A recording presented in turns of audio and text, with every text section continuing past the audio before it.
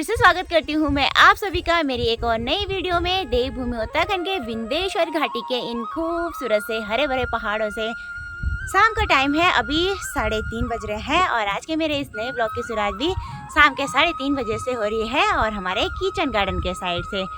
इसी के साथ 3-4 दिन की तेज धूप के बाद आज इन खूबसूरत पहाड़ों का माहौल अभी शाम के टाइम पे कुछ ऐसा है सामने की तरफ। खलीचंद की घाटियों में रोजाना की तरह आज भी धुएं की धुंध इतनी ज़्यादा फैली हुई है कि घाटी के नज़ारे क्लियर बिल्कुल नहीं दिखाई दे रहे हैं। बाकी आज के मौसम की बात करें तो विंध्येश्वर की घाटियों में अभी भी काले काले बादल आसमान में लगे हुए हैं और इसी के साथ शाम होते होते ठंडी हवा चल रही है। सुबह से तो धूप निकली नहीं थी, आज हल्की धूप थी और अभी शाम होते होते धूप थोड़ी सी तेज़ लगने लग गई है और ठंडी ठंडी हवाएं भी चल रही है। मौसम सुहावना सा बना हुआ है, मतलब गर्मी से राहत मिल गई है।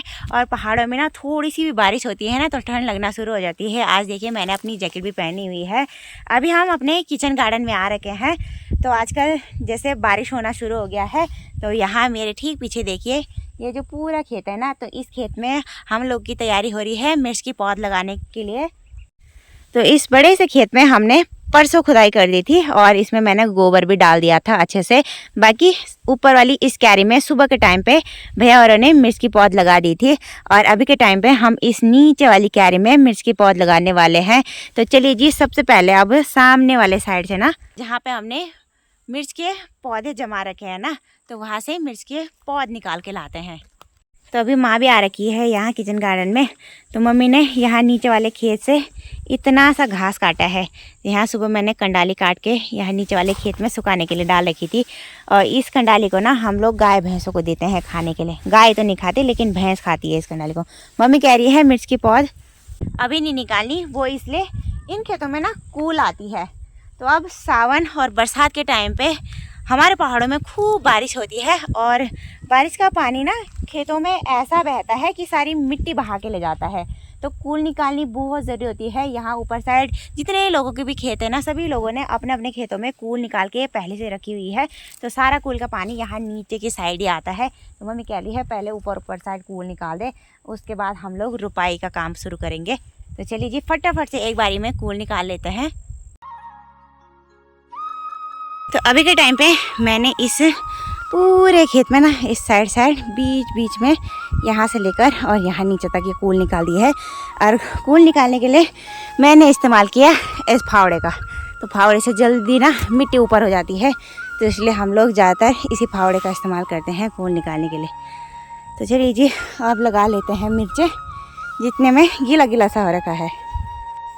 तो इसी खेत में एक साइड पे इस छोटी सी क्यारी में हम लोगों ने ना 4 महीने पहले मिर्च की पौध जमाई हुई है और ये पौध देखिए कितनी बड़ी बड़ी हो गई है। तो चलिए जी अभी जितने हमें मिर्च के पौधे लगाने के लिए चाहिए खेत में उतने यहाँ से निकालेंगे।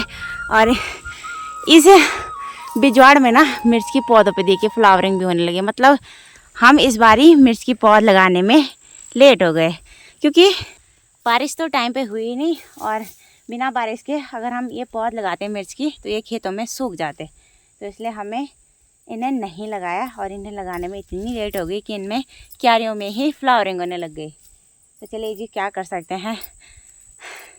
और मेरा ना इतना सांस खुल गया कूल निकालते समय और साथ में देखिए कितना पसीना हो गया भयंकर वाला, टपकने लग गया साइड साइड से।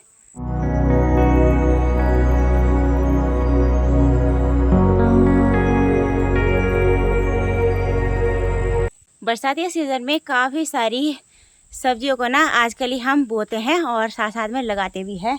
अब ना बरसात के सीज़न में 3-4 महीने तक हम लोग मार्केट से कुछ भी सब्ज़ी खरीद के नहीं लाते और काफ़ी सारी सब्जियां हमारे अपने घर पे ही हो जाती हैं जो कि सारी ऑर्गेनिक रहती है और खाने में इतनी स्वादिष्ट होती है ना। मतलब पहाड़ों का जो स्वाद है ना हर चीज़ का वो अलग ही है भाई, नेक्स्ट लेवल का।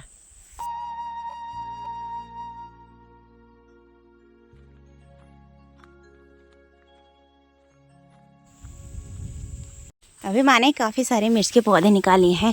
तो चलिए जी जब तक माँ और पौधे निकालती है तब तक मैं इन पौधों को लेकर चलती हूँ सामने वाले खेत में और करती हूँ इन्हें लगाने का काम शुरू। तो इस बार हमारे किचन गार्डन में जो मिर्च की बिजौर थी उनमें ना मिर्च की पौधे काफ़ी बड़ी और मोटी मोटी हो रखी है। पिछले साल तो इससे भी बड़ी पौध लगाई थी हमने इसी वाले खेत में।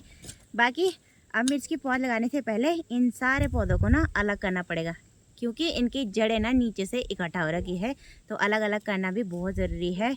और अभी जिस क्यारी में हम मिर्च की पौध लगाने वाले हैं, इस क्यारी की हमने 2 बार खुदाई पहले कर रखी है, साथ में गोबर ऊपर से डाल रखा है। तो चलिए जी, अब खुदाई करने की इसमें ज़रूरत नहीं है, सीधे ना हम मिर्च के पौधे ही लगा लेंगे।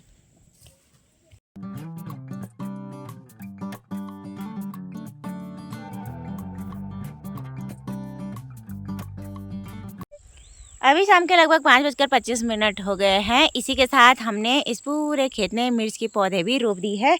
और मिर्च के पौध लगाने के बाद ना इन खेतों में पानी डालना बहुत ज़रूरी है, लेकिन सिंचाई करने के लिए पानी है नहीं अभी के टाइम पे, क्योंकि हमारे जो पाइपलाइन है इस पर पानी सुबह के टाइम पे आता है, वो भी मात्र आधे घंटे के लिए। तो कल सुबह ही इन खेतों में ना इन मिर्च के पौधों में सिंचाई हो पाएगी। बाकी आज मौसम तो ख़राब हो ही रखा है, क्या पता बारिश भी आ सकती है, मतलब संभावना तो है। ऊपर साइड से इतने काले काले बादल लगे हुए हैं। इसी के साथ सामने सुंदर गांव के साइड से भी भयंकर मौसम ख़राब हो रखा है, और यहाँ ठीक ऊपर घड़ियाल के साइड से भी। हमारे इस खेत में पापा जी और ने 8-9 साल पहले जब हम इस नए घर पे आए थे ना, उसी के 1-2 साल बाद ये बादाम का पेड़ लगा दिया था। और ये बादाम का पेड़ हाइट में अभी भी बहुत छोटा है, लेकिन इस पे अभी तक भी एक भी बादाम नहीं लगे भाई। पता नहीं कितना टाइम लगेगा इस बादाम के पेड़ पे बादाम के फल आने में। और हमारे किचन गार्डन में मतलब इस साइड मिर्च तो हमने लगा रखे हैं, साथ में हमने मक्का भी बो रखे हैं और मूली के बीज भी बो रखे हैं मम्मी ने। इसी खेत के सामने साइड खूब बड़ी बड़ी मक्का भी हो रही है, और एक साइड पे यहाँ पे देखिए माँ ने कद्दू की बेल भी बो रखी है। आजकल कद्दू की बेल भी काफ़ी बड़ी हो गई है, और जो कद्दू के पत्ते हैं ना, इनकी काफ़ी टेस्टी हरी सब्जी और कापली भी बनती है।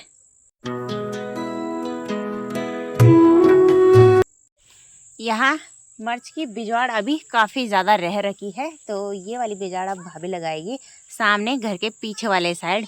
वहाँ पे भी एक क्यारी बना रखी है भाभी ने, तो शायद 1-2 दिन बाद ही लगाएगी भाभी।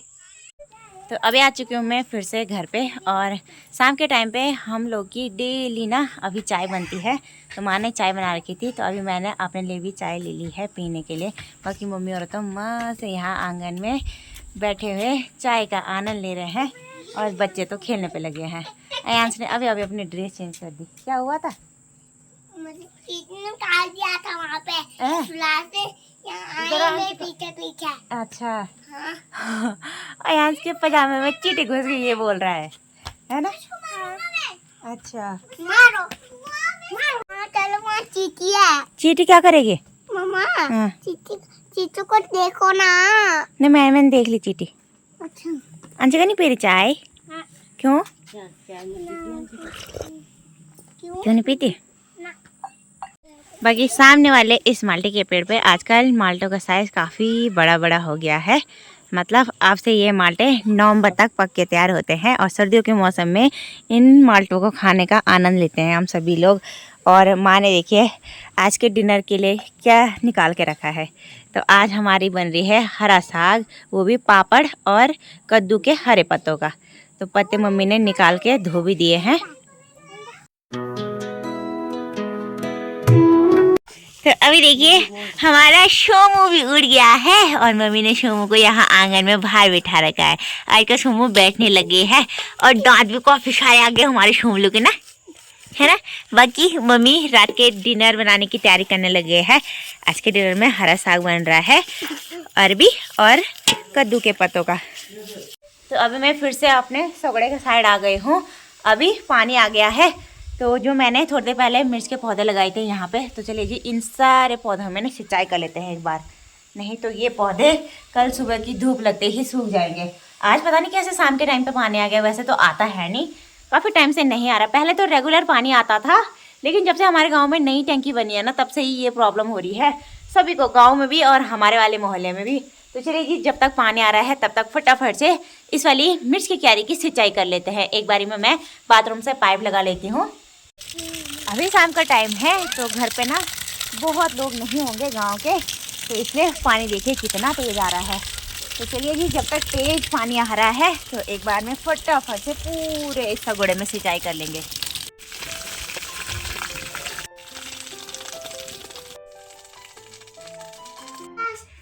आजकल सोमो जैसे जैसे बड़ी हो रही है वैसे वैसे उसमें ना काफी मूवमेंट देखने को मिल रहे हैं। आजकल लोग घुटनों के बल आगे आगे को जा रही है। शोमला, हमारा शोमो कहाँ जा रहा है? कहाँ जा रहा है? इधर देखो कुच्चू।